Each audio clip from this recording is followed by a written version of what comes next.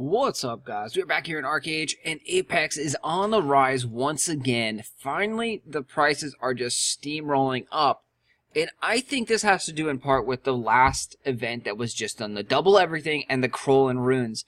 That right there, the Kroll and Runes, is the main reason that I think Apex has spiked up tremendously. So that event gives 900 additional labor points every single day to every account's pretty much created, as long as they stay on for 1 hour and 30 minutes. That is essentially giving everyone at least bare minimum 9 free gold per day. That may not seem like a lot to you guys, but that is a lot when you factor in that there's probably tens of thousands of accounts, tens of thousands of characters that are generating this free 9 gold every single day, especially considering how many alts people have and how many characters. Yeah, I mean, we might even have hundreds of thousands of characters that got all this. So if you look at it from that perspective, 9 free gold to say 100,000 characters, that's 900,000 gold every single day that was added to the game. There wasn't any gold sinks added to the game during that period either. The only major gold sink in Arcade is the regrading system. The regrading system takes a lot of money out of the game, but we didn't have any bonus regrade event going on, and I really think that we desperately need a regrade event.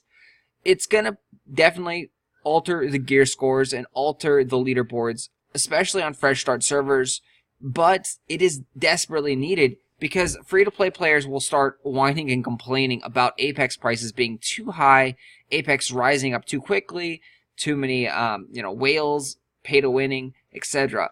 As Apex price jumps up, the complainers about pay to win get louder and louder because they can't actually obtain that Apex easily. Even at 325 gold, Apex is still, in my opinion, really cheap. It's gonna go up. It's a matter of time. But the fact is, free-to-play players don't see it that way. They see it like, how do I earn 300 gold with limited labor income? Because they only generate 5 labor points when they're online. They don't have offline regeneration. They have no land whatsoever. And they see people making trade packs and growing crops, making lots of money. And they figure, well, this game's pay to win because you have to have land to make money, which is not true. But that's the general consensus, is if you don't have land, you can't make money. So with this going up, it becomes even harder and harder and harder to make money. Let's show you some ways to make some money, though, that have actually spiked up in the last couple days as well. These are great tips for anyone, but especially for free-to-play players, because, yeah, we're going to try and help out those free-to-play players get that patron status. Look at Gilded Dust. Gilded Dust is selling for a lot of money. It hovers a lot. It changes dramatically, so there's dramatic shifts in it, but look at this, 64 silver for a Gilded Dust right now. And the prices is on an upward trend, because there's going to be a brand new underwear system introduced. The underwear system, I haven't checked it out on the public test server yet. I believe it's live there, but I'm pretty sure they're saying that it takes Gilded Dust to actually increase your underwear stats and to upgrade it. So these underwear are dramatically pushing up the price of this Gilded Dust. Gilded Dust should not be this high. Gilded Dust should be around 20 or so silver each, because that's roughly around the price of the Gilded Star. But by breaking it down into Gilded Dust and selling it now for 40 or 50 silver each, you're essentially turning that one Gilded Star, which you can easily get in the beginning of the game by creating new characters and running the green quests, into about 2 gold for each Gilded Star.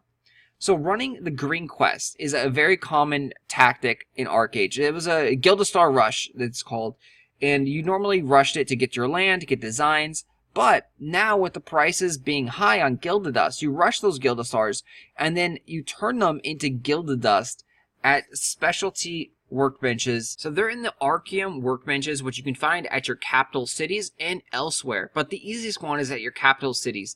So whenever you see that hero call, you'll be able to teleport there for free and get your free Warriors medal.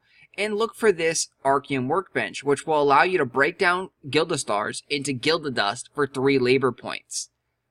That is pretty amazing because you can get 2 gold approximately for each one of these Gilded Stars broken down. And again, you can rinse and repeat, create new characters, delete them over and over and over again, and sell this Gilded Dust for a lot of money, for quick and easy money. If I remember correctly, the best races to do this with are the Warborn and then the Dwarves, followed by the Elves. They will get you the Gilded Stars the fastest if you just rush those green quests non-stop. One thing that you do have to note with the Warborn is that you have to do a little bit of other quests, because you will get to a point at the end where you won't be level 30 and you'll be stuck and you can't finish the last green quest. You're stuck in a portal and you're just kind of stuck there. It won't matter too much as you're not really playing that character. You're just rushing for Gilded Stars, but that will prevent you from getting, I believe, 4 or 5 Gilded Stars at the end, which kind of defeats the whole purpose of rushing. And yeah. So Gilded Dust is amazing, and if it stays around this 40 or 50 silver price, this is one of the best ways for free-to-play players to make money. Sadly, as a free-to-play player, you can't use the auction house, so you have to use the trade channels. You have to shout in-game, you have to sell in the faction chat, you have to sell in the trade chat, but you will be able to sell the Gilded Dust. Maybe not as expensive as it is on the auction house, but you will be able to sell it.